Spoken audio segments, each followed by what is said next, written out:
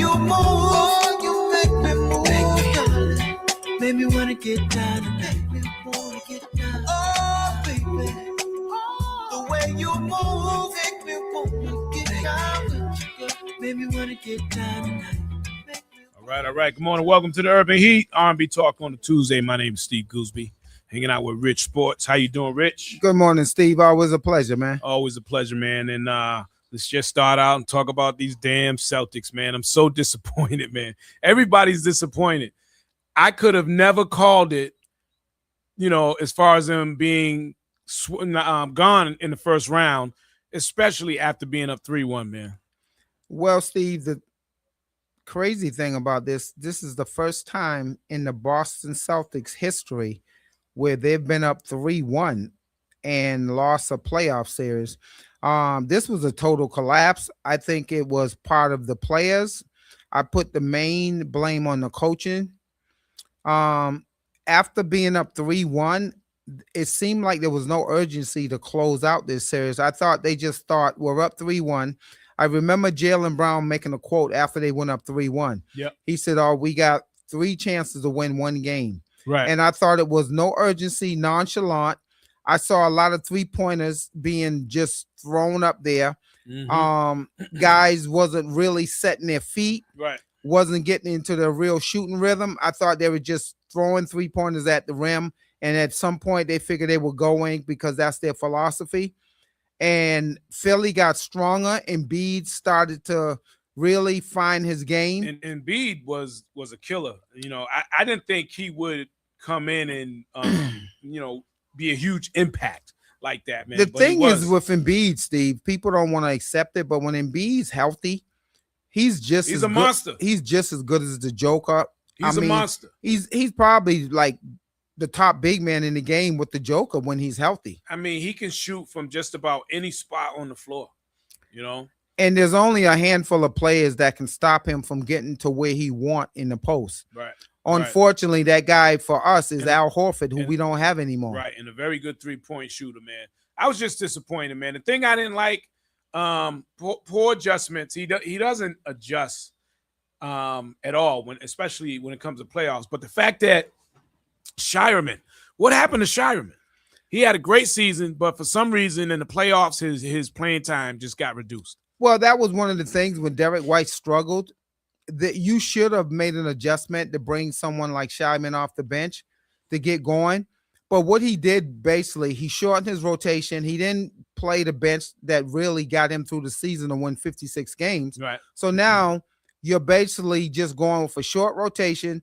You ask your veteran players to win it for you. Once you got up 3-1, you have to play your bench. You have to get those guys involved. But then, Steve, if you think about Game 7, did you see the starting rotation of Luka Garza, Ron Harper Jr., and Baylor Shireman? He pulled the Belichick when Belichick didn't play Malcolm Butler. How do you all of a sudden in Game 7 just change your whole starting rotation for one game? It didn't make any sense at all. It didn't make any sense, even though Tatum didn't play. But I heard Tatum practice. Yeah, they showed clips of him practicing that day. Honestly, Steve, I think they looked at the long-term investment that, it's his other leg. We don't want to send him out there and something happen. And then everybody would be saying, why did you bring him back? Why did you play him in Game 7? Most fans probably thought he should have played. Right. Me personally, Steve, you shouldn't have been in the situation of a Game 7. Right. So me personally, I didn't care if Tatum didn't play or not, because you should have never got to a Game 7. Right. Should have never gotten to a Game 7. You should have closed this out in Game 5 when you was at home. And if you look at the 3 losses, man, in a row, one game they went 6 minutes without scoring a point. And then the other game, I want to say, was 3 minutes. Game 5, you only scored 11 points in the fourth quarter. Right. And you kept shooting threes. Now, Game 7, Steve, you came all the way back, 91-90. You were down. I felt like, how, back when the Bulls was running thing and Jordan was doing this thing, even with Kobe was playing when he was with the Lakers. Kobe's the guy. If you give him the ball one-on-one, I mean, he's one of those guys. He's a threat no matter what. I felt like we was missing that. We don't have – you can easily say it's Tatum. You can easily say it's Brown. But Is it a guaranteed bucket when you give them the ball in the last minute versus what Jordan did and what Kobe did back in the day? Well, Steve, you're probably talking about Jordan, Kobe. You're talking about when you need points. Who do you go to, man? I mean, you're talking about top 10 NBA players of all time. Right. That's just a different level. Now, don't get me wrong. Jaylen Brown is great. Jason Tatum is great for this generation of basketball players. But one of the things that they do that I don't like, they don't attack the basket in clutch situations. And they dance around a lot, like you said earlier. They settle for the three-pointers, especially Jason Tatum. Jaylen Brown will get the mid-range off. I mean, he's one of the best mid-range scorers in the league. Right. But I think it comes back to coaching, play calling. When you're in situations, Saturday night, you're down 91-90. You come back from 18 points down. Mm-hmm. I believe they took 6 or 7 straight three-pointers, Steve. Right. And they had Philly in foul trouble. Nobody came down and tried to attack the basket. And that's the philosophy, Steve. That's the analytics that they use now. Mm-hmm. If you're open for the three, even if you're only a 30% shooter, shoot the three. That's the philosophy of the NBA. Mm-hmm. Now, when they shoot the three, I'm not mad because the majority of the time they do make them. But when you're struggling to make it, there's no adjustment at that point. Stop shooting the three. Go to the hoop. Do the mid range, or just go straight to the bucket, man. So that has been their problem over the years when they're not hitting the three. One of the things, Steve, even when you're not hitting the three, you still got to swing the ball and get the best shot available. Right. I think that's the biggest thing. Right. When they don't swing the ball and move the ball. Right. Because the thing with Embiid, last night against the Knicks, they lost to the Knicks by 30 points almost. Right. Steve, the Knicks was moving the ball. They had Embiid moving around last night. I think he had about 15 points last night. Mm-hmm. But move the ball. Embiid, you have to keep him moving. You just can't let him stay in the middle. Right. But yeah, man, unfortunately, man, the Celtics are home for this rest of the playoffs. And very unfortunate. Unfortunate, yeah. We won't have a deep playoff run this year. Very unfortunate. Still can't believe it, man. I can't believe we're not playing and we got, kicked out of the first round. In the first round. And like you said, Philly was a play-in team. Well, okay. Now this is where I'm gonna say something about Joe Mazzola and his coaching. First year he takes over, we lose to Miami in the Eastern Conference Finals, which was they were a play-in team. We lost them in 7 games. He got down 0-3. We kept blowing leads. We win the championship. Of course, we had a stacked team. Mm-hmm.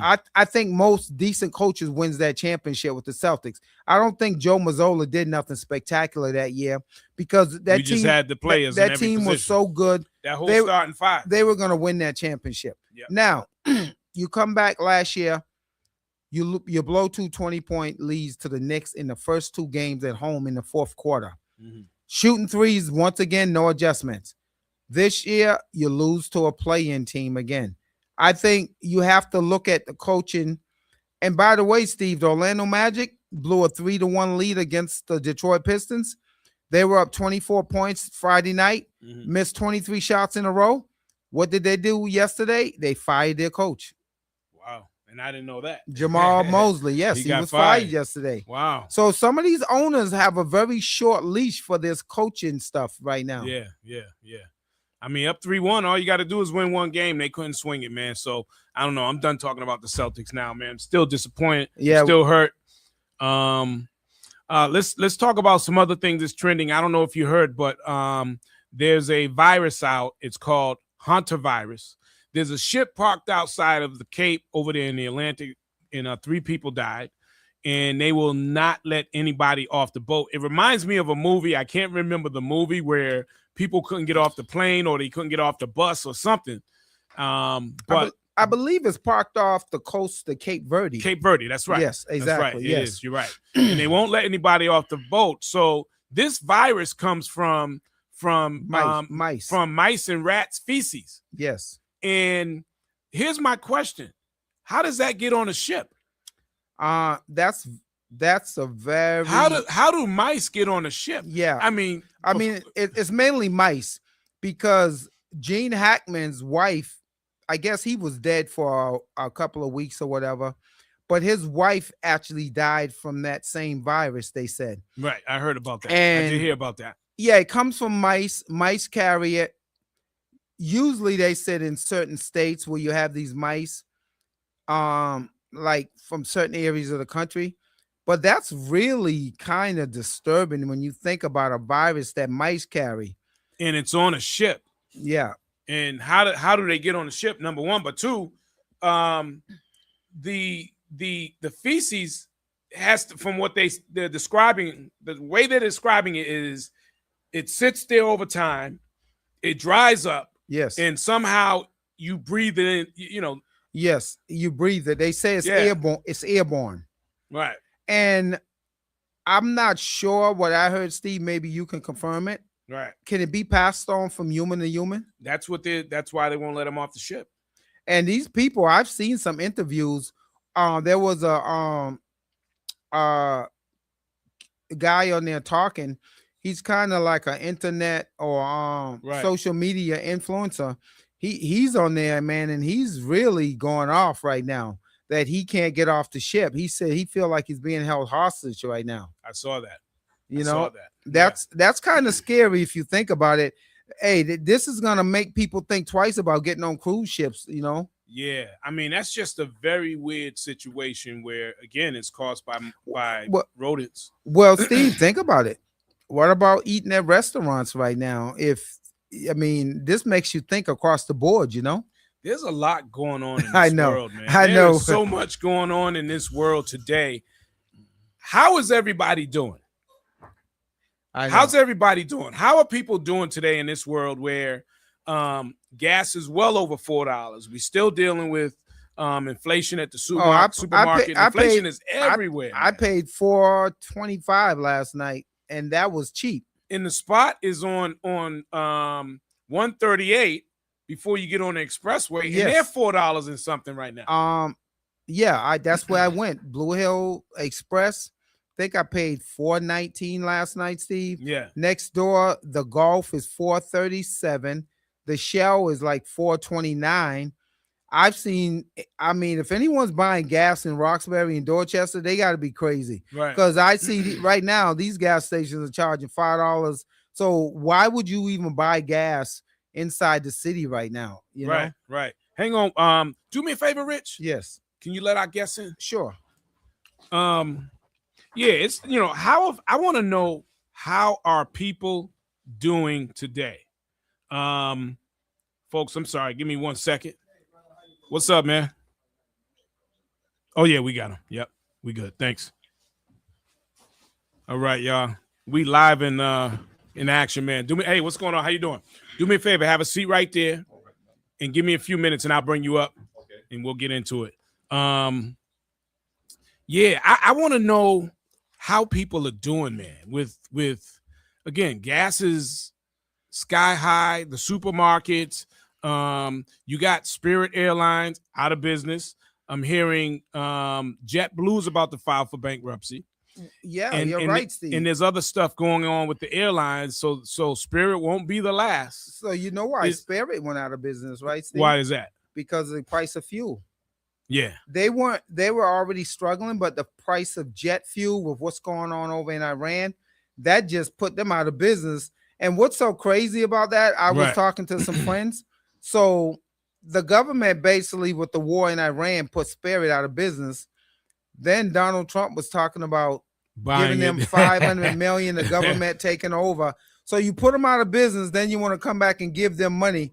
Sometimes if you're paying attention, most people not paying attention. Right. You got to really ask yourself these questions. Okay, you go out of business because you drove gas up.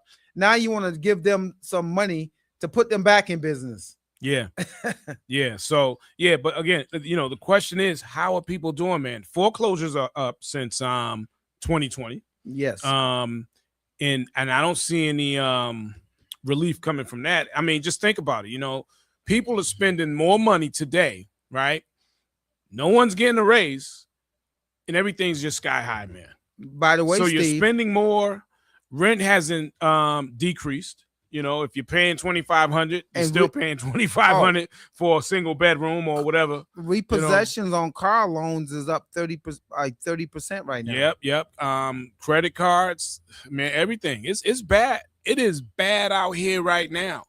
And I don't know. We got a lot to talk about, a lot to think about, but for the most part, I think people are just trying to keep it moving, you know, and doing everything they can to stay on top of things, man. But it's almost, when you think about it, it's almost impossible because nobody's making more money, you know, $4 a gallon for gas. Steve, we're going to be by the end of this month, we're going to be at $5 a gallon. I mean, if you think about it, the average now is like, I think 447. Yeah. Nationwide average. Massachusetts is almost 440, maybe 437. So we're trending towards $5 a gallon by the end of this month. Now, and I'm gonna say this too. People might not like what I'm about to say. You know, a lot of folks are blaming Trump. Truth be told, I think regardless of whether he was in office, whether it was Kamala, whether it was Biden, the world was headed in this direction because everything that's happening now is happening for a reason. It just doesn't happen because someone made a mistake or, too much money. In my opinion, the world is being reset right now.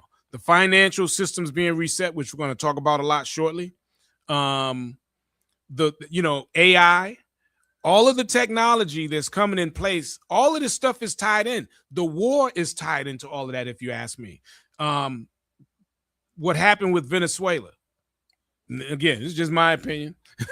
All about the minerals and all about the stuff they need for AI and the technology, these hubs that they're building throughout the world. If you pay attention to everything that's going on, everything is tied in. I'm telling you, man. I'm telling you, you just gotta, and I know, you know, as people, we're not interested in politics. I know I'm not, but I can't ignore what's in front of me either. You know, what's really going, I don't believe everything I see. Well, the thing in Iran is basically driving the whole world economy right now. If it's really, I mean, when you're talking about the oil, the grain, you need grain. All of that comes through that Hormuz Strait over there. Right. So it's having an impact on all these different countries.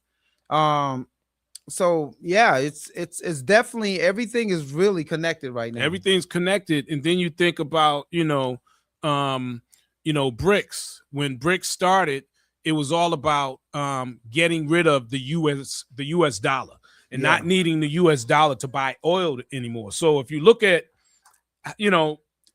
if that were to be the case and the US did nothing, if you ask me, we would be in trouble. We would be in a lot of trouble. So I think a lot that is going on, it's all tied in.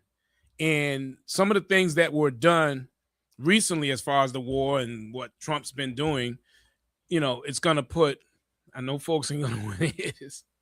If America is going to stay on top, now the US dollar, I don't believe is going anywhere, but it's not going to be as valuable as it once was, especially with the digital technology and all that stuff coming in. Most definitely. And honestly, Steve, when it comes to the financial stability of the whole system, sometimes things got to be done that people are not really for, that don't look that good, but that's sometimes stuff has to be done to really keep the system stabilized, to keep things moving. Yeah And it's all about money and power. That's the part. That's the thing, the stuff that we don't see, because when you think about it, the US, we always been one of the most powerful nations, right? You know what I mean? And again, without the US dollar being used throughout the world, where does that put us? Most definitely. Steve, I'm gonna say one thing about this is about history. History repeats itself. You had the Great Depression, and the reason why we was able to come out of the Great Depression, most people don't realize this, is because of World War II.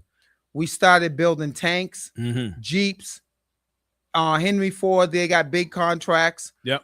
And that actually pulled us out of the Great Depression. When we entered World War II, That was the beginning of the industrial age for America. Mm-hmm. Cars, Detroit, which was the building cars in the 50s, 60s.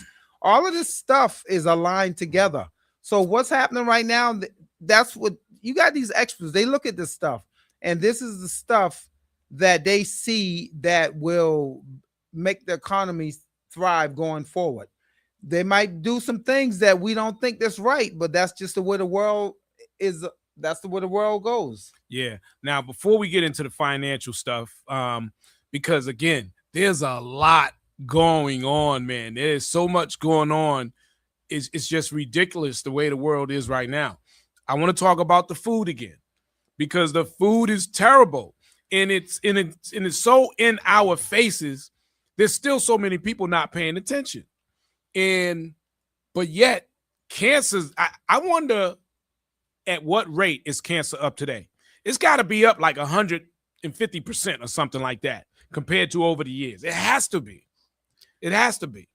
And if you just look at all the people that we've known that have passed away, last week, the week before, the past month, it seems like every week is somebody going to a funeral. Well, Steve, the reason why the food is so bad for us, because it's about profit. Once again, we always come back to finances. Yep. We get sick, we eat bad food. The food is so processed, but they were using cheaper materials. It's about the margin of profit. And then, like we've said on previous shows, you go to the hospital. I did a little reading about chemotherapy. You know how much chemo costs when someone gets sick? Is it about $4,000 or $6,000, something like that? So from what I hear, per treatment, right? And everybody makes money. So the doctor charges, and I read this somewhere. The doctor charges, I want to say $4,000 or $6,000, but he charges. That's just one treatment. He buys it for $4,000 to $6,000. Yes, but he sells it for $12,000. Yes, exactly. He pays off. Well, he buys it wholesale. Right. But he walks away with about $4,000. Yeah, he buys out of that money. Yeah. And it only works about 3% of the time. Well, that's why they push. And we talked about that before. As soon as you have cancer, they recommend chemo. I've known people that have refused chemo and they came out better. I definitely wouldn't do chemo today. What I've been reading and know about it today, I'll never do chemo. Well, I'll never do chemo. It's nothing but radiation, really. To be honest, I might go to Australia, Germany, any of those places, because a lot of those places have cures and better treatment where people aren't dying for cancer. Yeah. And there's a lot of stuff you can do here with herbs. I've learned a lot about that, and I'll tell you a quick story, right? And then we're going to get into it. I'm not even going to say no names. There's this person I know who is sick with cancer. And I recommended something for this person, right? And I guess when you're sick with cancer, after a while, because it's a battle, we don't know if you don't have it, if you've never been there. I can't say I understand what anybody's going through, right? But it's definitely a battle. But I feel like it does changes your mindset. It changes your attitude. You might be mad at the world. You know what I mean? I just got a lot of a negative pushback on it, and it was to the point where I feel that if I had cancer, I would look at any and all options, because a lot of these options make a lot of sense, right? Because they say the way to kill cancer is you got to starve it. Exactly. Yeah. You got to starve it. Yes. And treat it with the natural herbs or the stuff from the ground. You know what I mean? And stop eating a lot of the processed foods that right. got you there. Yep. Stop eating the things that feed cancer, like the sugar, a lot of sugars. And folks really I'm telling you now, when you go shopping for food, you got to pay attention to what you're buying, because eating the same stuff over time that has the cancer ingredients in it, you're gonna get cancer. You're gonna get it. You keep eating the same stuff that has those ingredients in it, you are gonna catch cancer. It might be 3-4 years, it might be 10 years from now, but you're gonna get it. And they used to tell us it was hereditary. I don't believe it is. I believe it comes from the stuff people eat in the surroundings. You got bathroom products, right? You clean your bathroom with. We breathe it in all the time. You can get cancer from that. You get cancer from the food. And I'm just realizing you can also get it from clothing. a lot of women buy clothes from Fashion Nova, Shein, all these different places. If you pay close attention to your order on the bottom of this, I'm not sure where at what point in you buying that product where it shows, but it says, because they have to list whether there's materials in there that causes cancer. And that's on a lot of women clothing that they buy, that most of our people buy. Well, the thing is, Steve, a lot of the stuff comes from China, and China has no type of regulations, and China is a dumping ground for everybody ship stuff over to China. Mm-hmm. And they just take stuff and they recycle it, and they make clothing out of it. Right. I've heard that don't ever eat rice from China because they actually mix plastic particles into rice. I've heard that a long time ago, but I didn't even hear it was necessarily from China. I heard it was here in the U.S. Yeah, so they recycle a lot of stuff and they send it back to the U.S. Mm-hmm. That's why countries like the U.S. just dump stuff over to China. It gets recycled and sent back here. And if you're eating rice that has plastic in it over time, what do you think that's going to do to you? Yeah, because your system's not digesting it. Right. So listen, man, I'm not perfect. You know, I've eaten a lot of bad food for a long time, but I do any and everything in my power today to not eat that same stuff, man. My diet is different today than it was yesterday. You know, I really cut down. I never ate a lot of meat anyways. Now I barely eat meat. You know? Well, you don't know where it's coming from. That's the main thing. You don't know the whole supply chain of the meat that you're getting, you know? Right. And are these places throwing any bad meat away anymore? I've seen so many documentaries, especially in the South, like Food Lion, those big stores down there. Man, they were washing the meat in bleach just to kill a scent and repackaging it. Well, that's what they do with the chickens. Yeah. They bleach a lot of the chickens. And we talked about this several times, Rich. How come there's not a chicken shortage or ever been a chicken shortage with all the chickens that we eat? I know. We eat chicken all the time. I know. The Celtics game, the barbecue, the family reunion. Where's Chick-fil-A getting all that chicken from? Right, man. We eat a lot of damn chicken. You ever think about that? Like, think about that. How much chicken we eat as people, period. I don't care what event you go to, they got chicken. You got chicken for lunch. You got chicken for dinner. You got chicken and waffles, man. I know. Well, Steve, if you're shooting those chickens up with the growth hormones, making them grow really fast, so you're gonna have you're gonna have a supply chain. Yeah. So, you're right about that. So yeah, man, we can go on and on about that, man. Again, all that on top of everything else that's going on in the world, man. We got some problems, man. Yeah, we got some problems, man. Listen. Yeah. We'll talk about it some more, man. I'm gonna bring up my special guest. As a matter of fact, if you want to grab some headphones, you don't have to. Grab any of those and get a mic cover too. If you look down there on the bottom, you want to grab one of those. We'll bring you up in a sec. Our special guest, Jay Aziz, crypto investor, man. You know, we talked about crypto here on this radio station for the past few years, and it's always good. Yeah. Steve, he can plug it right in here, right? Yep, he can plug it in there. Yep. It's always good to bring in other people, man, just to get other opinions, man, because I talk a lot about it, man, and I'm pretty sure people are like, Goose, he's still talking about crypto, man. Yeah, the crypto market's down. Yeah, the crypto market, this, that. So when it's always a pleasure when I can have a conversation with someone else who's also in the crypto field. And give it up for my guy Jay Aziz, y'all. Make some noise. Peace, right. Clap. Yes, welcome, my brother. How you doing, man? I'm doing good. I'm blessed. Yes, indeed. How you doing? How the both of you doing, actually? All right, brother. Good to meet you, man. Yes, sir. Good to meet you too. Yes, sir. So thanks for coming in and joining us, man. And thanks for inviting me. I appreciate how long you been doing the crypto thing? Man,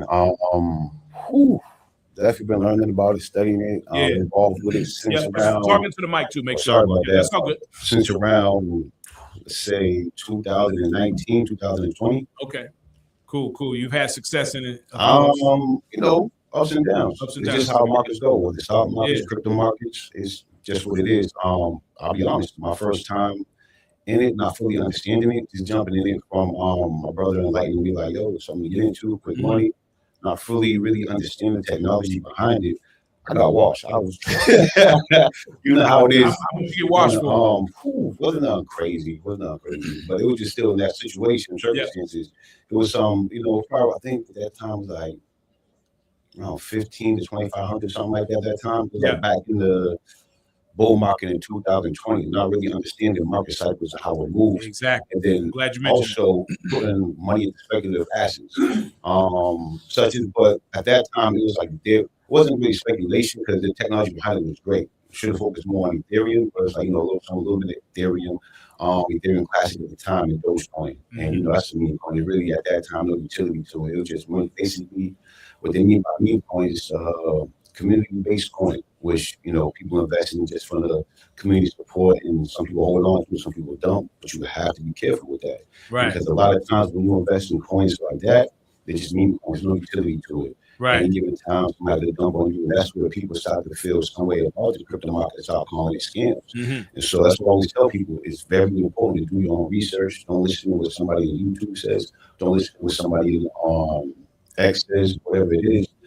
Get into it yourself, learn about it, use it, learn how to use the technology and see what works for you. Right. And go with that. Then also, what I learned. Well, let me ask you too, because I've never been big on meme coins either. I think when regulations is fully in place, I believe a lot of them going to disappear.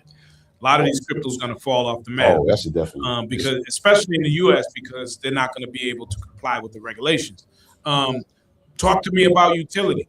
Utility is very important. Let's say for like instance, what a lot of people don't realize is, like you were saying earlier, there's a major reset coming. The whole financial system is literally switching, going to the blockchain. And so a lot of people don't realize the difference that's going to make. So when you're dealing with settlement time of transfer of money, sometimes you have to wait for the bank to transfer your money 3 to 5 days. If it's going overseas, sometimes up to 2 weeks, and you're getting smacked with a lot of fees. 4%. So right. That becomes a lot over time. And so let's say, for instance, like cryptos like XRP, which is mainly like about settlement and the transfer of money, you're paying literally fractions of a penny just to transfer money. So if I wanted to send $1,000 to somewhere in like Africa, Costa Rica, or wherever it is, it's just costing me a fraction of a penny. It gets there within 3 to 5 seconds. Yeah, it's 5 seconds. Well, a few minutes. Worst case scenario. Exactly. All like you said, sometimes if you utilize Bitcoin for the transfer, it takes a while to take up the hours, sometimes days, depending on how much people are using the network at the time.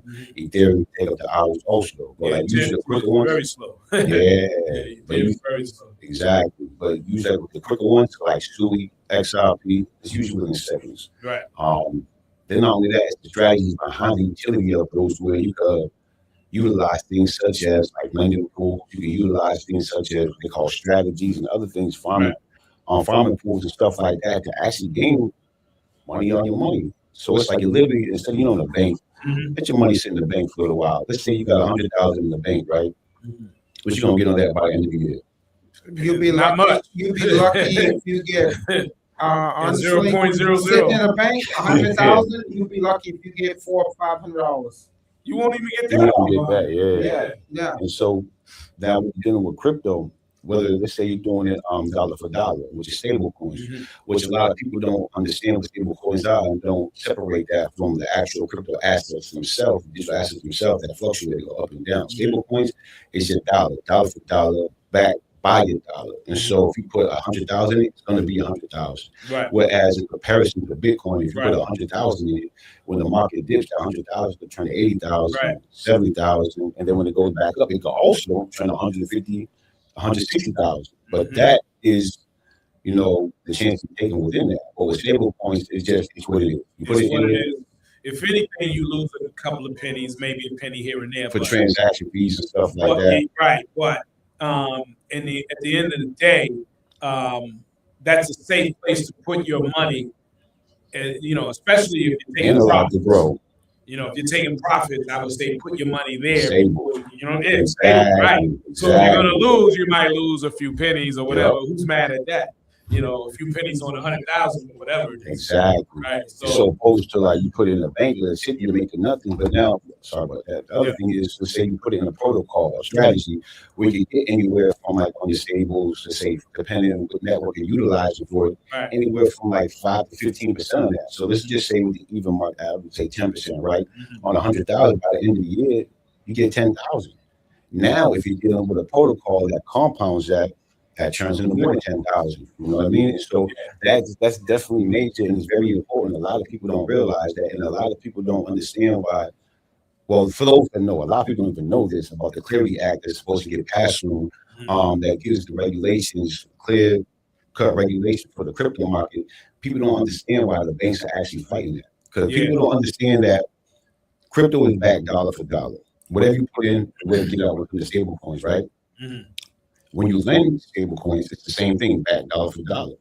Now, but when you deal with a bank, let's say, for example, when they lend money, they give out loans and stuff, it's not dollar for dollar. Right. They're giving you money that's technically not there. So it's fractional lending.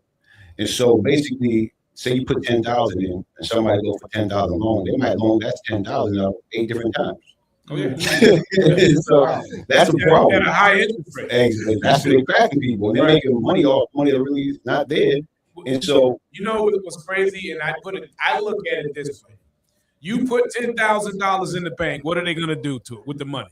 They lend it out. Exactly. You go get a loan, and they're pretty much lending you your own money. Exactly. And charging you a high interest rate for your own money. And you're not getting paid nothing for them doing it's laughable. Exactly. Yeah, I was told once banks are loaning out money that don't even exist. That's true. That's I learned that a few years ago, like a promissory note. That when they loan out 10,000 to 100 different people, they just gave out money that really don't exist. And then when you bought whatever you bought with that money, it's like you're paying them interest back on that. Yeah, they're loaning out money that hasn't even been printed yet. So that's how they're generating and creating money. That's how they're getting income in. And that's why they've been strongly opposing the Clarity Act. And so there's a lot of stuff going on behind the scenes because their main thing is right now that they asked about the hurdle was they wanted to prevent people from getting equity off their money. Exactly. Right. Just sitting there. So they really don't want. And right now, it sounds like they're winning that battle. Oh, yes, they won that, but to an extent, which is like, you can't just sit there and get it. You have to put in something like strategies, protocols that, let's say, like your money's here, like what they call like liquid pools or illiquid pools, where like staking pools and stuff like that. We could lock your money in there. Right. They'll borrow it easier for the protocol. Right. I'll say this. For that. I'll say this, man. I mean, outside of the United States, you can almost do better. You can do well. I don't know what the act exactly is going to be in the Clarity Act, but I know for a fact it sounds like what's going to happen is you might be able to do a lot better outside the country with your crypto. So maybe having a residence somewhere else. You know what I mean? It's a mixture. It also depends on where you go. So it's like, let's say, for instance, say in China, like you want to do a crypto moves, you don't want to be in China. You know what I mean? So you'll be worse off there. But in the United States, a lot of people don't realize like what was open with the Genius Act. And when you go read the text of the Genius Act, a lot of things that opens the doors for. So let's say, for instance, it's like you got that's the other thing too. You have better chances with fair loan practices too with crypto, but it's like you have to actually have money there. So going back to the Genius Act for that. So let's say you have once again 100,000 in crypto, you can actually lend up to 80% of that. You know what I mean? But you have to be careful with that. You want to make sure you utilize the stable coins because you get liquidated and lose your assets if you use something like Bitcoin, Ethereum, XRP, or something like that. Because if it drops below that 8% threshold, you don't have enough to cover that, or you're not putting extra money down to cover that margin. They can liquidate and take the assets to cover that loan. But here's the thing too that people have to understand. Now, getting in the crypto game, you got to be, first of all, like he mentioned earlier, you got to educate yourself, do your own research. I always tell people you have to understand what the crypto cycle is, and you got to be patient. If you look at, actually, we're in the month of May now. So the last 5 months, if you were to look at the numbers aren't good because the numbers are down. But prior to that, if you own crypto in the last 12 months, depending on what you had, you could be up 1,000%. You know, on $100,000 Yeah. or $10,000. But You know, to make real gains, though, when is the best time to buy? the best time is right now. When the numbers down during the bear market. I preach that all the time. So what people do is like we're wired in our minds when we see red candles and the money's dropping, we don't want to touch it. We're like, oh no. Right. But we see the candle jump up, it's going 100, 200, 300, 400, 500%. Oh, it's good. Get in now. Get in now. It's too like a lot of times for the people that make the max amount of money, it's too late. So you want to like that's when you want to invest during these times. I'm figuring usually, you know, during past bear markets, but it doesn't mean it's going to happen again. Yeah. But there's usually one more leg to drop, which will allow Bitcoin to drop back down to around 40 or 50,000%. Right. Then that's the time to get in. And where I got, I didn't understand in the beginning, which back then in 2018 and 19, I'm like, oh, Bitcoin's too expensive. But then it's like, hold on. Yeah. You don't have to buy a whole Bitcoin. You know what I mean? You can literally put $10 into it and let it go. $5. So it's like whatever it do. So it's like, even when I educate family and friends on the importance of investing, everybody's like, I don't have the time for it. I don't have the money for it. But then it's like those same people are going out every weekend, going out to eat, spending $100, $200, $300 going out to eat. You know, everybody come out to eat or go on clubs. So I'm like, make that make sense. And so they.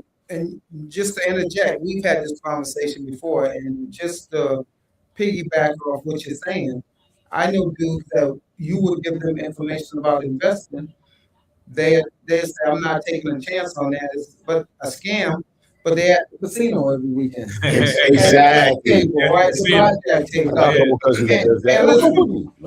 You're not going to come out of that casino ahead too many times, because most people, I know they get up. I've known guys that have been up $80,000 at the crap table.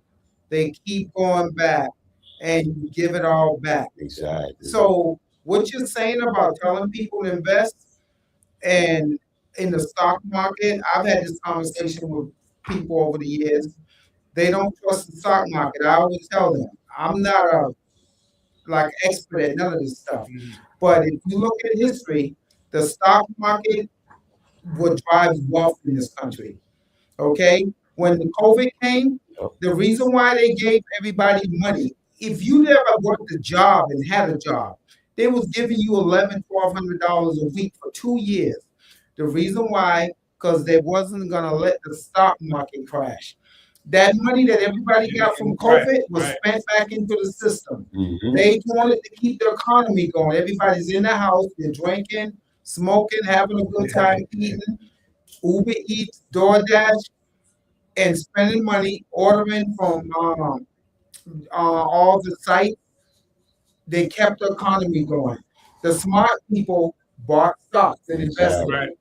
I mean, this is something I learned a few years ago. Which is true. When the market's down, you invest. Exactly. And the other thing with people is like people get so fixated on immediate gains. We have to get ourselves out of that. Yes. We have to prepare. We don't want to chase red candles. Like I see people like, I'm gonna buy now. I'm like, you're buying what stock at what time now? I'm like, it just ran up 300, 400, 500%. Yes. So if you do, just be patient. Wait for a pullback. Right. Wait for it to get down some, drop back. And then it's very important to understand how to read the charts. So you know what you're looking at when you look at the Bollinger Bands, the MACD and stuff like that. Some people tell me like, oh, that's too complicated. Remember and learn. But then you ask them, you know, every word to a little baby song. You know what I mean? Yeah, most definitely. It's crazy. And I've been saying it for the longest. And again, I learned this back in 2009, man. This is whenever the market is bad, this is the best time to buy. This is how you get rich. Exactly. This is how the rich get richer. Exactly. Because while everybody else is looking at it as, no, it's a bad time to buy this, it's a bad time to buy that, you know, there are people who aren't spending their money on certain things. Instead, they're investing into the markets. Exactly. And I'm telling you right now, the technology, anything surrounded by AI needs a lot of energy. So if you invest in that, there are a lot of things that are surrounded with that if you invest into it, you are going to be good in the next couple of years, because they've been saying it's the greatest transferring of wealth for a reason. Because it really is, because you've never had the amount of money poured into the market ever in the entire in the world. You've never had trillions of dollars come into the market at one time. That's never ever happened. So that money's going somewhere. And there's an opportunity for people to get a piece of that, but they're not going to tell you. You know what I mean? And you might hear someone say, well, they're not going to let everybody get rich, but guess what? They don't have to, because there's still only a small percentage of us invested into it anyway. Exactly. So they're doing their job by keeping certain people where they, they know they're not going to invest. Well, you think about it, a guy like Elon Musk, probably Jeff Bezos, these guys are on their way to becoming trillionaires. Yeah, they're going to be the so first that trillionaires. tells you how much money is in the market, and $1 million ain't even that big a deal anymore. Listen, 100,000 ain't nothing no more. Yeah. 100, you make 100,000 a year, that ain't nothing. Yeah, but in the 90s, 100,000 in the 90s, that was everything. That was big money. I mean, you go out and scratch a ticket and win $1 million, you end up with 500,000 after you taxes 670. Yeah. I mean, you can be comfortable if you make the right moves. But I've known if you people, invest, you'll be very comfortable. Listen, I've known people who've hit those scratch tickets and won $1 million, and they're broke right now. Yep. So that lets you know where we're trending at in the financial world when guys are going to be trillionaires. When we were young, that number was unheard of. Right. Now you're going to have people that's worth that much money. Billionaires are going to become trillionaires. You got millionaires who are going to become billionaires. Mm-hmm. And so on and so on. I mean, again, man, now is the time. The rich is getting richer, and there's a lot of folks who are invested into it. There's a good amount of people, they put all their money into it, man. Think about it. You have a situation we were saying earlier that the entire financial system is going to move to blockchain. Mm-hmm. And so that's going to give you 24 access. Like right now, the stock market is from 9:30 to 4 o'clock. Mm-hmm. Yeah. That's going to open up the doors to have, they're trying to push for 24/7 or at least 24/5. So you have round the clock access to the stock market. Yep. So New York Exchange. And they have to do that because the blockchain is 24 exactly. hours. And they're on the blockchain. And believe me, the banks are there already. Oh, that's they just waiting for that clarity. That's it. When they get the clarity, it'll be a matter of a week or a couple of days. The New York Stock Exchange just pushed to have everything tokenized. Right. So if you're in the right assets, so let's say you have some Ethereum, some Solana, XRP, HBAR, a few things like that, Canton Network, things like that, which they were going to be utilizing for things like that. Think about how much it's going to run up to. The crypto market right now is just over $2 trillion. Mm-hmm. And so that's going to be more than 100 trillion making it onto the blockchain eventually. So if you get into it now early in the right assets, do your own research, you have a lot of money to make in the long run, the next 5, 10, 15, 20 years. You got a lot of AI tokens that are going to do very well. Yes. And understand that if you do own crypto, Trump has already got in I don't know if it's in law yet, but it's in one of those bills where any of those companies that are here in the U.S., no capital gains tax. No capital gains. Yeah, I know he's definitely trying to push for that. Right. I don't know if that got pushed yet. I'm hoping that goes through. Right. And it'll go through because he's a big holder, so he's going to make sure he don't pay that kind of tax. Exactly. So if you make $1 million, it's yours. If you make 10, 20, 30 million, it's all yours as long as those companies that you invested in are in the U.S. And a lot of them are. Mm-hmm.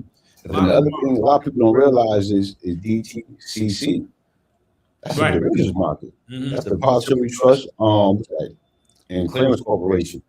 That's a lot of money. Last year, that just pushed through annually, $4 quadrillion. Think about that. Mm-hmm. That went through. That covers everything from options and everything else on the back end of the stock market. That's a lot of money, and they're pushing for tokenization. Yeah. Think about how much money about to touch that market. We got to get our minds in the right places. Well, one thing, guys, I want to say, I think what have made people kind of skeptical about the crypto. Remember the big thing with the kid that went to jail, and he had the athletes. So you got to remember, regardless how much you guys spread this to family members and friends and tell them, they won't take the time to do the research. But when they hear that quick flashpoint, this kid went to jail. He was running a Ponzi scheme with the crypto. Tom Brady, David Ortiz, Peyton Manning, all of them was attached to that.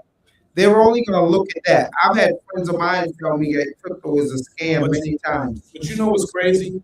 Tom Brady didn't know a lot about crypto at the time, and Steph Curry, all those guys that gave him the money just like that didn't understand how to even secure crypto on their own.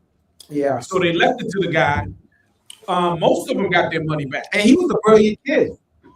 I heard his family, his mother and father talking. I mean, of course, they're going to still defend him. You know, he's in jail right now.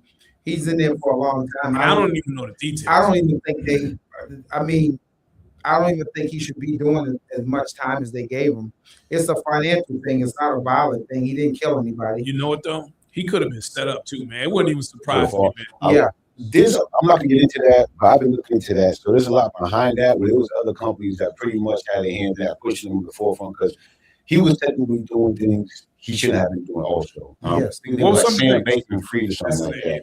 Yes. And so there was a lot going on with that behind the scenes, still pushing, not having the actual funding and backing for that. And that was actually with the last cycle, how Solana ran up from, was like $2 to $230 or something like that. $250. But because Solana was a big part of what they had within their inventory, that took a major hit at the end of the cycle, when from $230 to $250 dropped down to around $8. A lot of people like Solana's dead, it's never going to come back. What happened? Every whole box at that time at $8, caked, because it ran back up to $290 recently. But now we did back down to around $80. Right. And so it's just like, this is a small market, you know, so it's going to have the major volatility. But for those that understand money, the volatility is a blessing. When you have patience, you understand the money, understand the volatility, you use that to your benefit. Yep. And the major thing that a lot of people not realizing right now is the other situation that Trump passed and pushed down was allowing it so you can actually borrow against your crypto, which right now, like Bitcoin and stuff like that, and that's major. You use that as collateral. Right. And so it's like, you don't have to sell it no more. So think about how much more people, instead of selling it to take profit, they're going to actually borrow it, which means, you know, they're going to hold on for dear life, just to hold it and to make sure that, like, cool, I don't need to sell it. I can just use it to back it, because it's going to continue to appreciate. Well, one of the amazing things I pay attention to, Donald Trump, Jamie Dimon, people at Fidelity, all these people was against crypto when it first came out. And they were never against it. They said they want to get the prices down. Even people like Elizabeth Warren, it was Republicans and Democrats. They said, don't touch crypto. Don't you do anything with crypto. And this kid that went to jail, Democrats was definitely, he actually went to jail before all the big dogs got involved in crypto. Now, all of them are coming to the table. Donald Trump, Fidelity sells crypto on their platform. But you got to understand why. I think because he was blowing up and he was so big, he had all these celebrities, and I personally think he was taken down because he was a smart kid. The kid was only in his early 30s, I believe. Yeah. So, and this is why I won't be surprised if he was set up, because again, the Democrats were totally against the blockchain. Yeah. And they wanted control over it for one reason only, right? Because if you own it, and if of all the people in the state of Massachusetts own crypto, guess what would happen? No need for banks. There's no need for banks. No need for banks. And the banks don't get to make that 25% on the credit cards, the car loans, and all that stuff that they charge. They don't get paid off of us no more. No, so that's why they were against crypto. And you got to understand, the financial system is what runs this country. Yeah, the credit. Everything runs off the credit. Right. Now, the other thing is, too, is now they got the regulations. Now the banks can legitimately partake in crypto. Now what are they doing? They're pushing crypto now. Yeah, and they're waiting for the Clarity Act. They're just going back and forth, but they want to make sure they benefit and pretty much stop the competition. That's what it seems like. That's what it is. So it's just like they want to monopolize off crypto while Xing out the little guys. But what a lot of people miss, though, too, which was brilliant. You know, you have people like Brian Armstrong, one of the founders of Coinbase, Brad Allenhouse from Ripple, which is, you know, XRP attached. They were like, okay, we got this money here. And so we're going to do like the other individuals do, these oil tycoons and all that. We're going to stop paying these campaigns, supporting these individuals who support our agenda. We're going to go off. Right. And anybody against crypto, we're going to get them out of there. Right. And that was huge when it came to last presidential election along with a couple others. So it's like they made a smart move. They knew what they had to do to play. Like, okay, cool. We're gonna make sure we get this pass and push this through. Yeah. But just going back to what you said earlier, Rich, Jamie Dimon and the guy from BlackRock, I forget his name, but Larry Fink. Larry Fink. They all said that they were against crypto and that it was used for money laundering and drug deals and all this other stuff. Like both of them are the biggest, right? And they're the biggest holders of crypto right now today. What? They're the biggest holders. Bitcoin, Ethereum. So they lied to you so that you wouldn't buy it, only so they could sell it to you later and charge you at a higher price. At a higher price, Oh man, it's a game, but it's like that's why I try to tell people it's very important. Don't listen to what you see in the media. Do your own research. The media is always going to push that thought out to you, which is fear, uncertainty, and doubt, to discourage you from getting it. And then when they want to hype it and sell it to you and have everybody rushing at the end, and so you can sell it to you for a higher price and pretty much the time dump on you. Yeah. And then that's what happens. They'll hype it up, put it on, this is the greatest thing ever. It's going to keep going up. It's never going to stop. Right. That's when they sell out. When everybody starts buying it, that's when I sell it too. I just wish people would really pay close attention to what's going on and do the research. Exactly. Because, once upon a time, I believed we landed on the moon. I believed a lot of the things that I saw on TV. I was that guy. And I don't know where things changed or at what point, but I just realized that people in position, they ain't no better than some of the crooks out on the street. A lot of times they're worse. They're just crooks with suits. A lot of them are crooks with suits on, And I hope this won't get me in trouble. But hey, it is what it is. Look at the medical system. The medical system, we could get into that, but that's a scam too. You pay all this money for insurance. You go to the doctor, you still got to copay, right? Then you got to pay for the medicine. By the time you get done, you're out. How much money? No, that's think about that. That's true. Think about that, man. Now, what if everybody just decided, you know what, I ain't paying for medical insurance no more. Forget that. I'm gonna take my chances with the herbs. What do you think will happen to the medical system? The price of medical care will go down because it's such a big business right now. Pharmaceutical companies, all that, it's all big business. Right. But think about how they strategically start putting penalties in place. And so what happens now if you don't have Massachusetts, if you don't have insurance? Yeah, and I can see them doing that too. That was strategic. You feel what I'm saying? I can see them doing that. And I'm hearing they're gonna start putting all 2020. I gotta do the research, make sure confirm this, verify this. I hear they're gonna start putting kill switches in all 2027 vehicles. Oh, that I was reading about that. That is crazy. And why is that? They say to prevent drunk driving or being impaired at the wheel, being on your phone. That's what they say. But the sad part is, so how many people are going to actually end up losing their life because of that? Who needs to rush out of incident because it's an emergency? Oh, your eyes are too wide. Yeah, my eyes are wide. I'm trying to rush to save my brother, my sister, my friend, whatever it is, who probably having a medical emergency. I'm panicking or whatever it is. And so you just never know. Or even situations where, let's say, like a woman's at a bar somewhere, and something happens, she's trying to leave it happen, somebody roof her or something, she's trying to get away, or maybe you just never know. And they're in that situation, they need immediate escape or something like that. What would they tie that to, like some type of AI camera in the car or something, maybe? I believe so. Yeah. I believe so. The technology, man, listen. Technology is they already got the breathalyzer thing, people who caught many times for drunk driving. Right. They attach that to your automobile and you have to actually blow in that before you start your car. Right. Yeah, man. It's like for your car just to come with that, that's a different situation. Oh, no. Yeah. Individual, you violated the law. You usually got caught for drunk driving. They have to put that in for that. But for the car to come standing with that, I think that's going to be a fight. I think people will fight that based on your rights or invasion of privacy. Mm-hmm. Actually, a major movement right now where a lot of people are just trying to purchase older vehicles instead of dealing with that. But then what's going to come with that? I think it was like a city in China like they did it. It was like China, Japan. I can't remember exactly where, but it was like you can't have vehicles older than so much amount of time where Well, what happened if people stop buying older vehicles to avoid that, then the price of those will go up. There's always going to be something. That too, but also they'll hit you with the taxes again, like insurance. Yeah. But guess what else? All they're gonna do is stop selling the parts for the older vehicles. Yep. Then you gotta buy the new vehicle. Yeah. Now listen, There's numerous different strategies. listen, that fact about older vehicles, I went through that process of them basically trying to take my car off the road because my computer wasn't reading the codes for my check engine light to go off. I had to go to the registry and actually get a waiver through the registry because they didn't make the computer for my car anymore.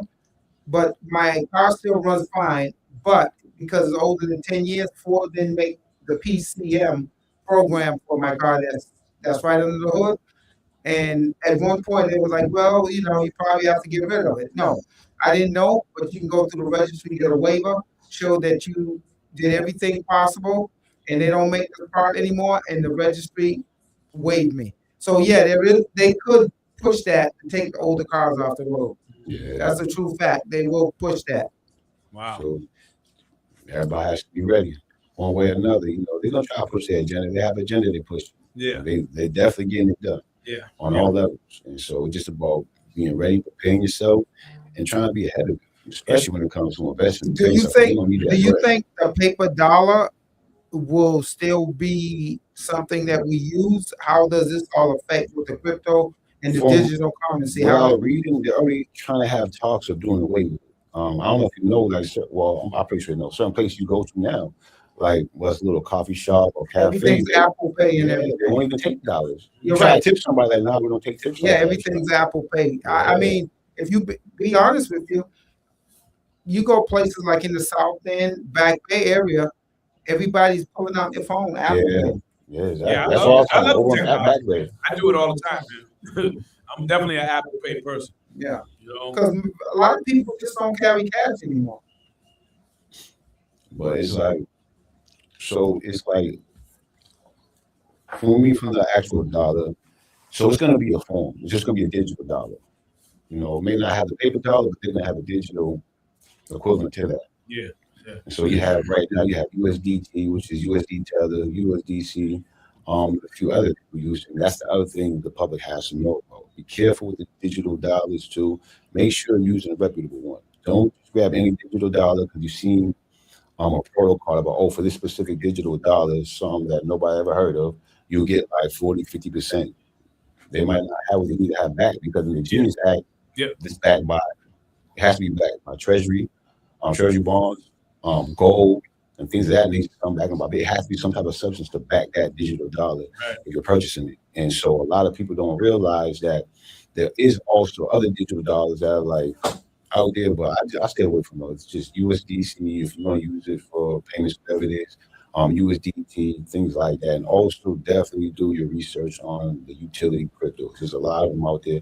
Look for the ones look at it from the perspective like this. Anybody that you would like to invest in a business, what would you like to see your business do? Continue to grow, continue to evolve, and get the correct acquisition under it. All partnerships to ensure the success of the business, right? Same thing applies to crypto. Same thing. And so it's like when you're dealing with things like learn it now or learn it later. Oh, don't be. But either way, you're gonna learn it. Now, when a new crypto comes out, the person that actually puts it out there, do they stand to make the most profit when it first hits the market? Well, it's a combination. Sometimes, because they have a lot of times they have a lot of their own coins. Okay. They have their own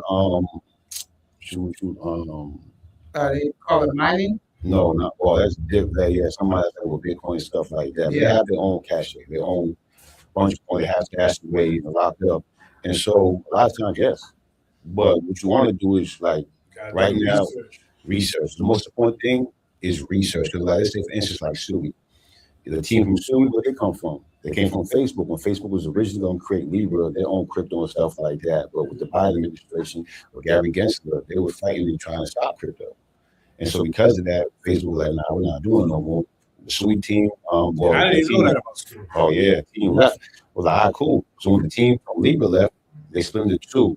One team went and created Sui, and the other team went and created Aptos, I think, if my memory serves me correctly. And Sui, man, they focus on the agentic side of it. They do great work. They got they create the move Sui's language. the cryptocurrency. They do great acquisitions and everything. Yeah, you definitely got to do your research on the new cryptos. For example, Rick Ross came out with a coin. I don't even know if he still has it, but I did my research on it. Because he had it on social media, and I even commented on it, man. I looked up the what was it? I looked and see how much money he had behind it, right? And he didn't have enough money to pay. So if I would have invested in the coin group, how was he going to pay? Well, that's what I was going to ask. He didn't have enough liquidity. You know what I mean? People put their own money behind it. That's the question. And that's what he did. So what he was trying to do, because he's Rick Ross, he was just, they're going to buy my coin. I'm Rick Ross, And I said, let me just see what's he doing here, man. And I looked it up, man, and I was like, man, if I invest in this coin, he ain't got enough money to pay me. Exactly. Put it on the profit. So he was betting on the futures market. He was betting on what they call what do they call it? When you come in and get out. Rug pull. Rug pull, yeah. Rug pull. Okay. Trying to have a whole bunch of people put the money in, and look what Kanye's coin. Right. Now, is that legal? Yeah, there's no regulations on it yet. It's not yet. Wow. That's going to come to a stop. Yeah. The regulations is coming. So, Steve, basically, if the coin had blew up, he didn't have enough money to pay you. He didn't have enough liquidity. There was no liquidity. Wow. He had very little liquidity in the company. Now, it's good that we're having this conversation because I don't know a whole lot about crypto, Steve. I learned from you. Right. And I'm learning from this gentleman here, the things that he's saying. So, this is amazing so that we're having this conversation just to, people that's listening, just to know this is how this stuff works. And every entertainer, athlete, everybody's trying to get into it because they see how much money is being made. I mean, listen, if you still, first of all, do the research, but if you still don't believe, you're going to be late because Fidelity, Bank of America, the world is already, right, BlackRock, Wall Street's already on the blockchain. You're just not hearing these things officially because that, like you mentioned earlier, that Clarity Act has not passed the Senate yet. It's going to happen.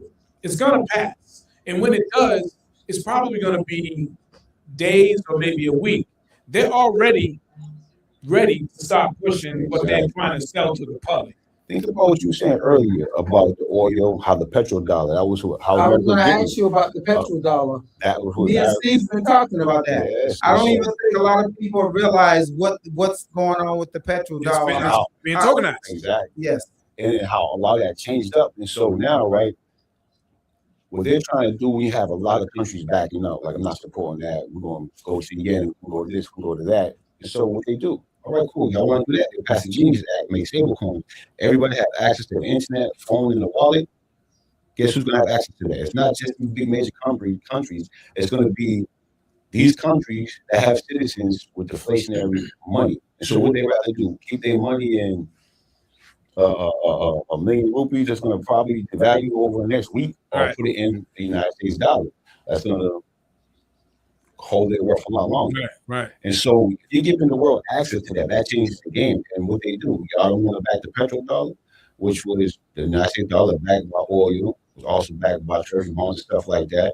Now they switch all that to the digital dollar. Has to be backed with that. So the whole world has access to that, access to the digital dollar. What they do, somebody's buying American debt.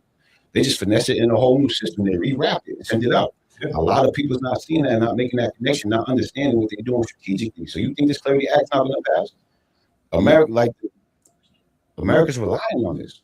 Right. So in some way, shape, or form, whether it's going to get passed in the full bill or it's going to get passed in like a skinny bill attached to another bill. And it's all politics, between the Democrats and the Republicans.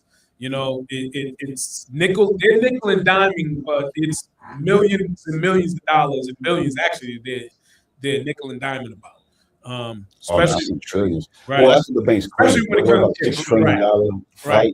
Right. Every release a report saying that's not true because technically we have different situations. We have access to, greater rewards or interest and yield, however you want to call it, in other areas.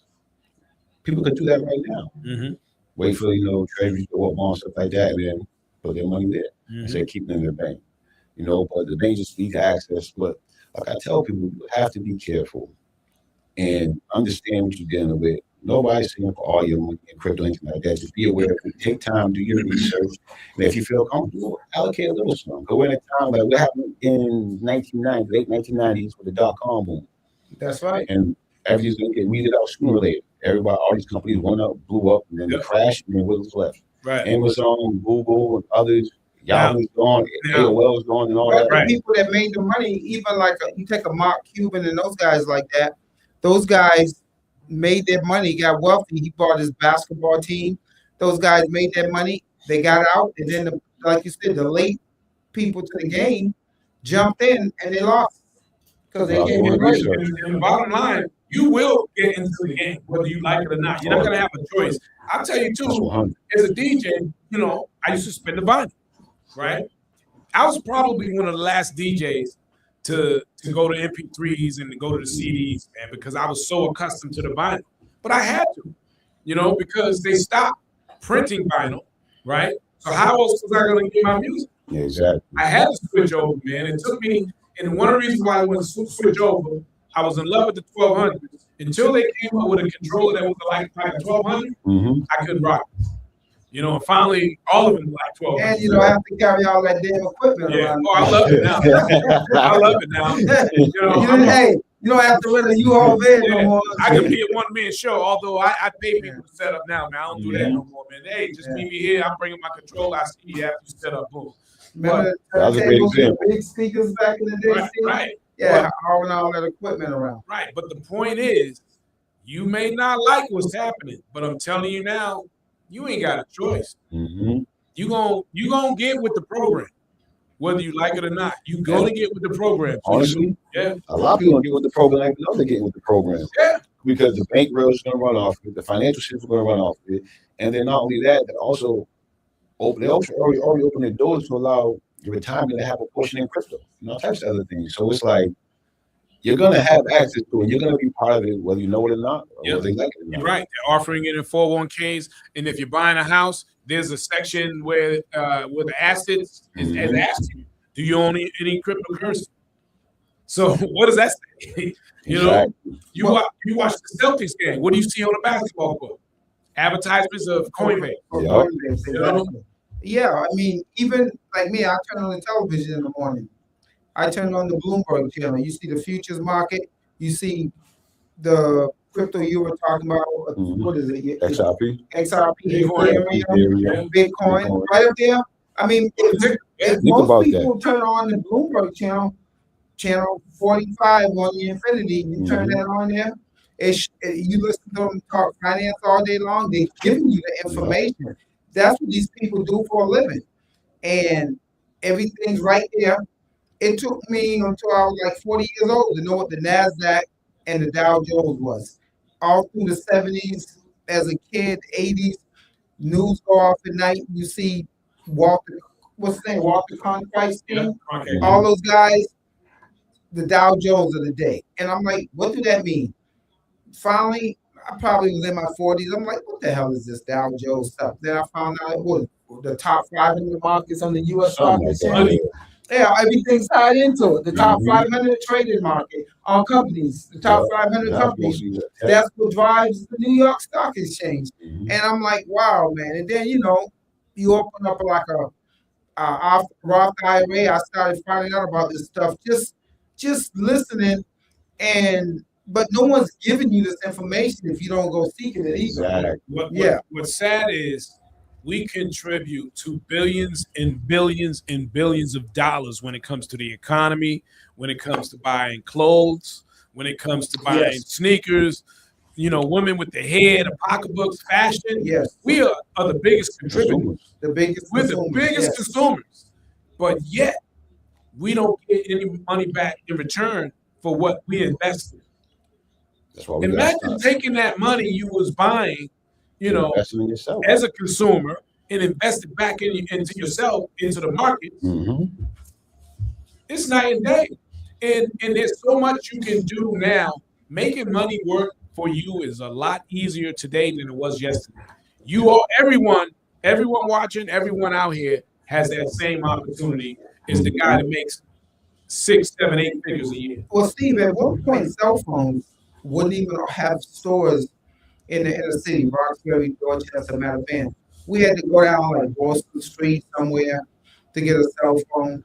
Now there's a cell phone store on every corner because they found out there was a market, you know. But originally, you had to go look for a cell phone store. Yeah. You had to go way across town. Then they were like, wait a minute. We're the biggest consumers. These people are buying cell phones at an alarming rate. We got to cater to them. Even to the point where they started giving out cell phones. Well, I was going to get to that point. Initially, you had to go in there with a credit card. You had to buy a phone. Now you get the phone for free, a $1,300 iPhone. Your bill is $69 a month, plus an extra $20 paying for the phone. So now you're really leasing the phone because in 2-3 years, when the new one comes out, you're going to go back and trade that one in.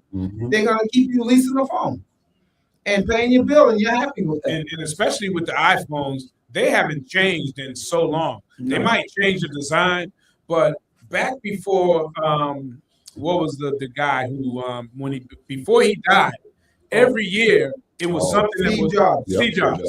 There was something that was revolutionary every year with the new iPhone. It's not like that no more. I know people still have an iPhone 8. Yeah, iPhone 8 people I know that are still using them. Now maybe another camera. Yeah. Camera gets better. Yeah, but not that much better. Yeah. Everything's 4D, HD. So how much better can you get than that? You know? Yeah. But it's like right now, it is a perfect opportunity to do your own research because I see so many people where it's like family or friends that I know, you speak to them, while you speaking to them, they on TikTok, they on X, Instagram. Like, what are you watching? Oh, this funny video about this. Oh, this video about that. I'm like, what are you learning from that? Oh, no, I'm just chilling. And they'll spend hours on it. But that holds their attention. Yeah. So it's like, if you really put all that time and start looking up, investing, doing research, and AI, that's major. What you going to use? Claude, Perplexity, ChatGPT, Copilot. So yeah, different AIs for different things. Like Perplexity, that's good for business. Claude, that's pretty much good all around, but use it for research. Also fact check it, because AI will give you some information, but learn how to use AI. Keep messing with it. Train yourself. You said it right there. That's major because you want to make sure you're giving the right prompts to get the proper results back. Sometimes you ask for something, it'll give you old data. So you got to make sure I need up-to-date present data for A, B, C, D, E, F, and G with this, and make sure you're thorough with your prompt and tell it to go back and research yourself.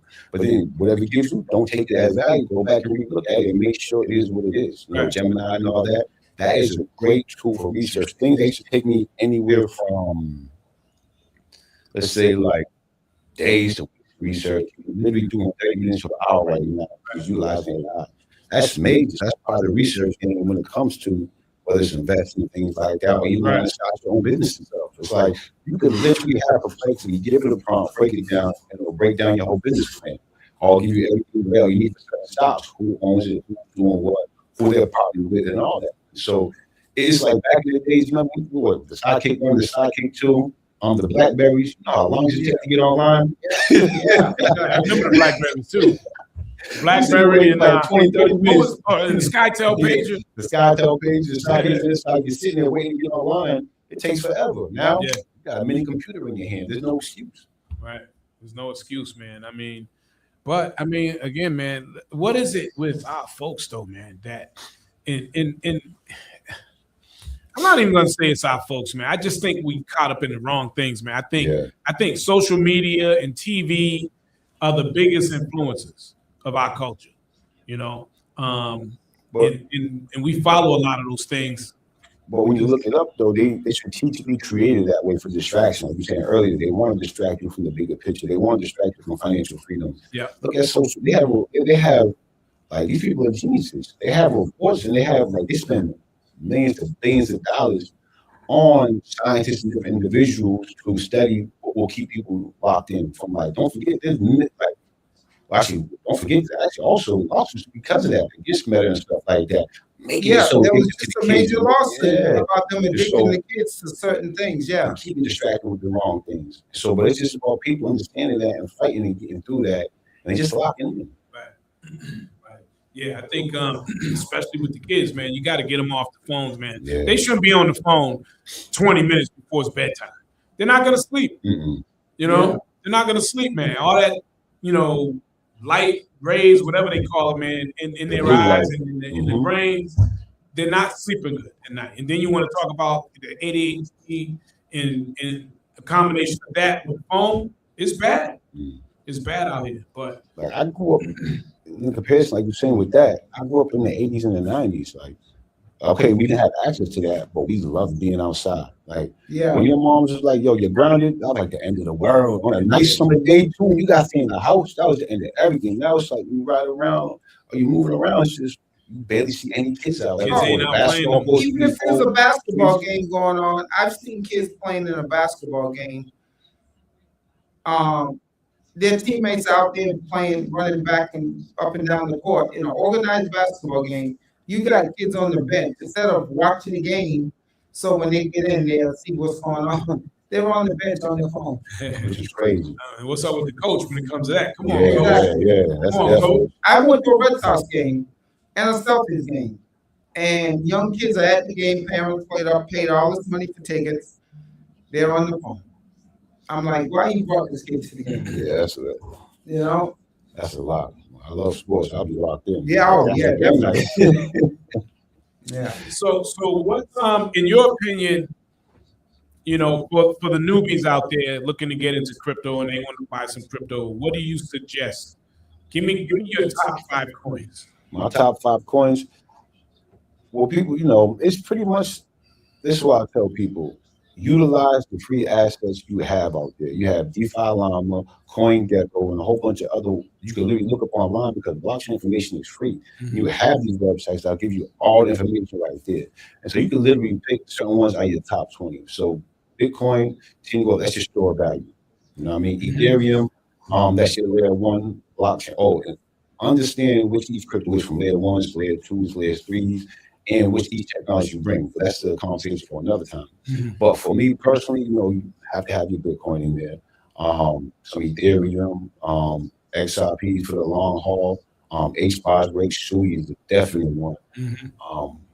XLM, which is kind of like there's a long story behind that. So I guess you can kind of say like a partnership with XRP in an extent because they both was partners in XRP. Exactly. They split up, created, and they came back together. So there's a lot going on there. There's a new one that's going to deal with digital payment system. This is a BEC, and that's very good right now. So BEC is huge, and there's a rumor that they're partnering with Ripple. XRP. They just announced that at XRP Las Vegas. Okay, good. That just was announced that on either Saturday or yesterday. Yeah, I thought I saw something in regards to that. That's going to be huge. Huge. And let me tell you, for the paychecks. And to be honest with you, I'm going to give y'all this. He just gave you the nugget, right? He mentioned ZBEC. I think ZBEC is a huge one because you can buy a lot with a little bit of money. It's under a penny right now. And listen, it's going to be worth way more than $1 because of what it does. But it's just whether people are going to be patient and hope. That's the thing. Right. At one point, XRP was below a penny. But it could shoot to it. I mean, that Clarity Act comes, it literally can shoot to $1 in a year. Oh, no, that's true. You have institutions actually utilizing the system now, utilize the technology to pay people. And so that is true. So listen, folks.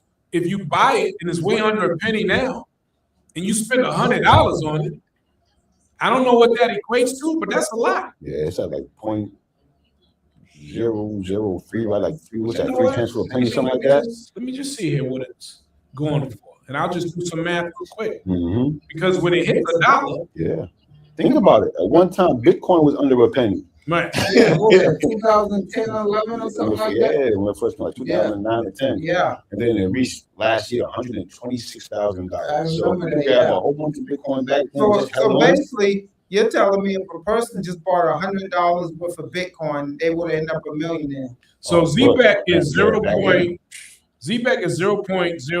cents right now, right? For just one token. So you put 100 in here. Oops, wait a minute. So if you bought 100 of them, so 100 times 0.339, just do the math, right? Mm-hmm. and that's going to make you well over $100,000 when it hits $1. Yeah. And it's going to hit $1. That's going to be the easiest thing for it because of what it does. The technology behind it and what it represents. And so then you have the team. That's the other thing too, having a strong team of builders to make sure they keep the movement going. Because what a lot of people do is they'll get into something and not know what it does and not understand the team behind it. Because you can have builders with all the hope in the world, but where's the team's initiative? Is the team really going to build that? And they're like, oh, we're in our test phase, not in the main net yet. And then you buy ahead of time, and the team just fizzles out. And what Z-Back does is Z-Back is like what if you're driving Uber or Lyft, you get a customer, you can actually cash out after that customer gets out of the car. That's what Z-Back does. Yeah. So it's already rumors saying that people will be able, you'll no longer have to work or wait 2 weeks to get a paycheck. Get paid daily. You can get paid daily, hourly. Oh, that was the other thing I was talking about. It's like you go to work, the way they're breaking it down, you go to work with no money for lunch or nothing like that. By the time you hit lunch break, your money be in your wallet. Right. The money's in your wallet.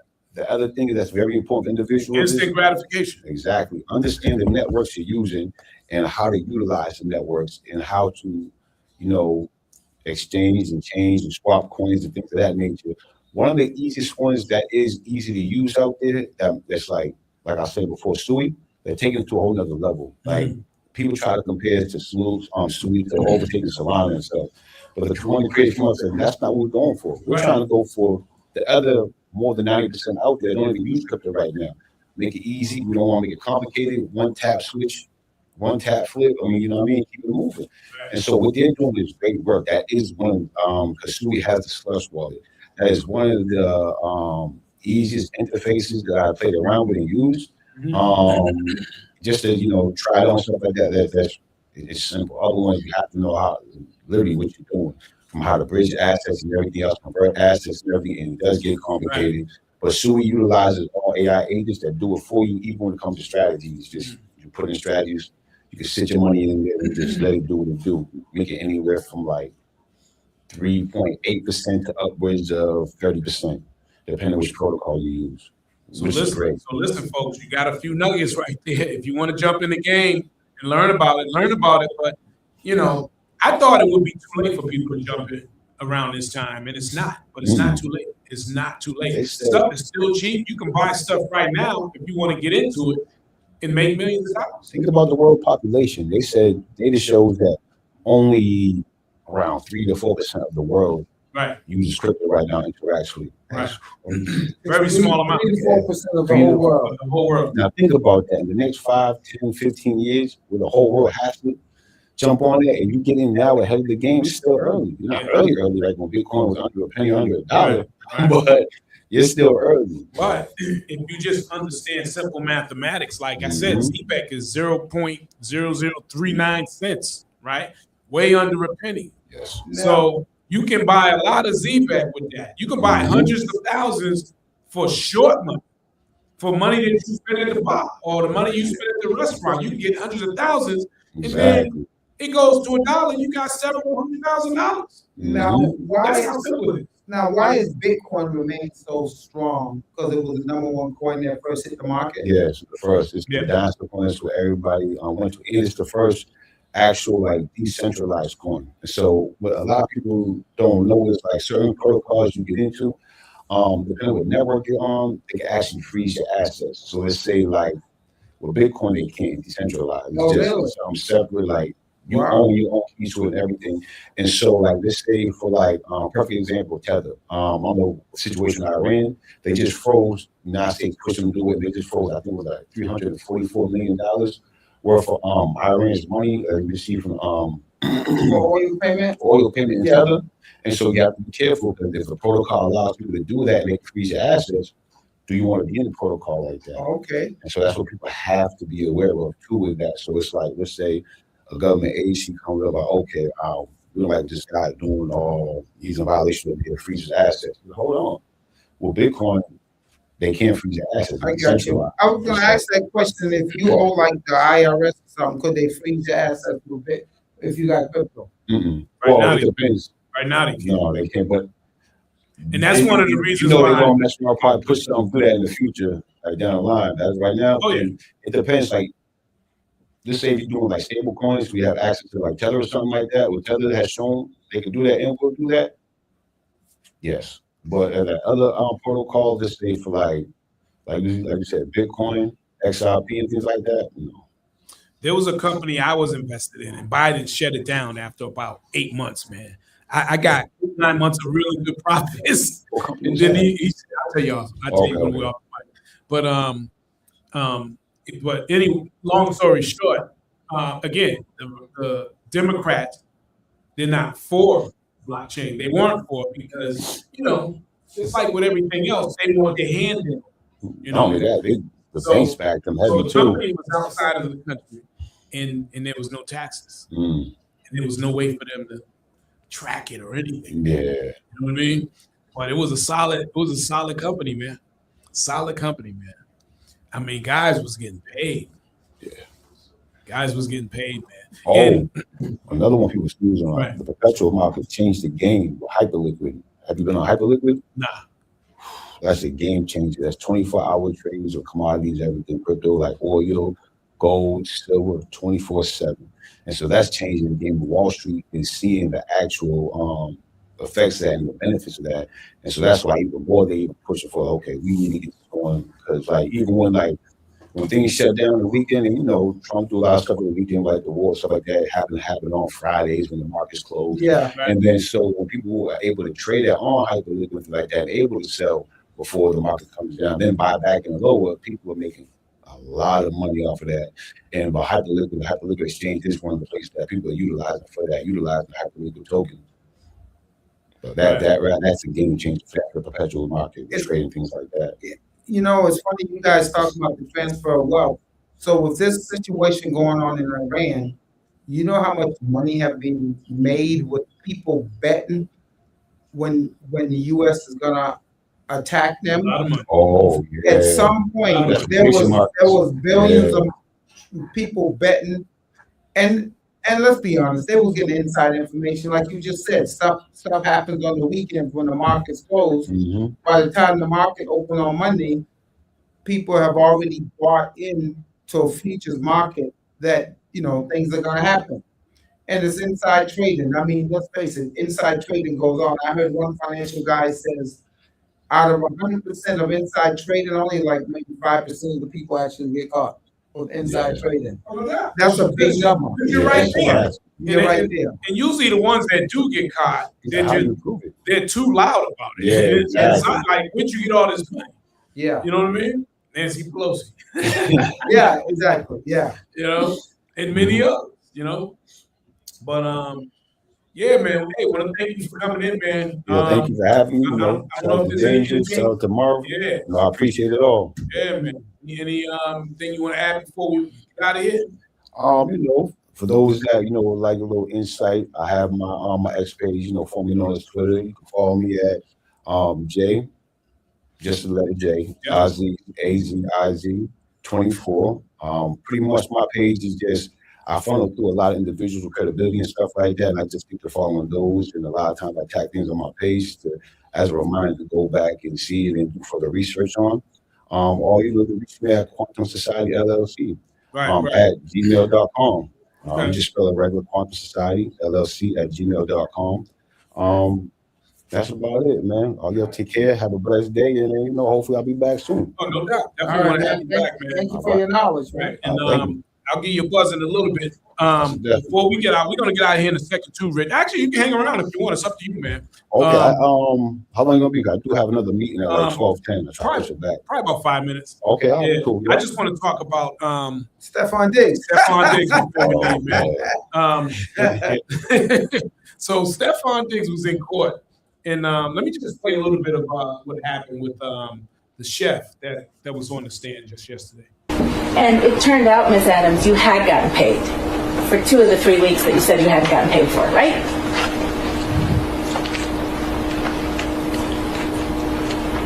This is missing a whole lot of stuff. It's a yes or no question. I can't answer your question correctly without proper evidence.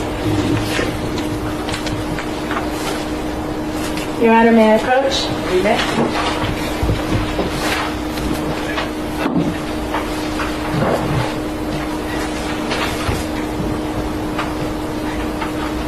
you recognize this document as text exchanges between you and Sonny?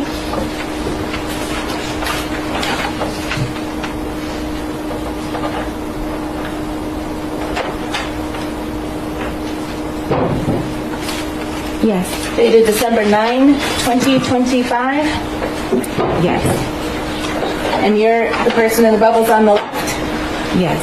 And you write to Sonny, hey, so I looked over my transfers, payment history, and they sent payments, 11/7 and 11/21, totaling $4,000. See that? Yes. So you knew that you had actually been paid for 2 of those 3 weeks that you tried to get paid for again, right? What's your name? I never got your name.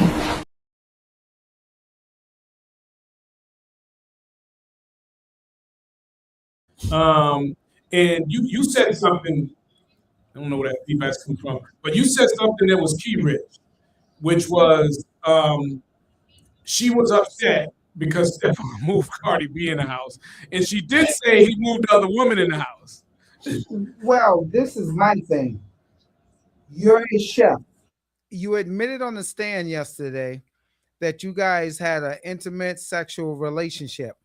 Now he moves Cardi B in, has a baby by Cardi B, of course, and you're going to remain his chef, his living chef, and you and this guy had an intimate relationship.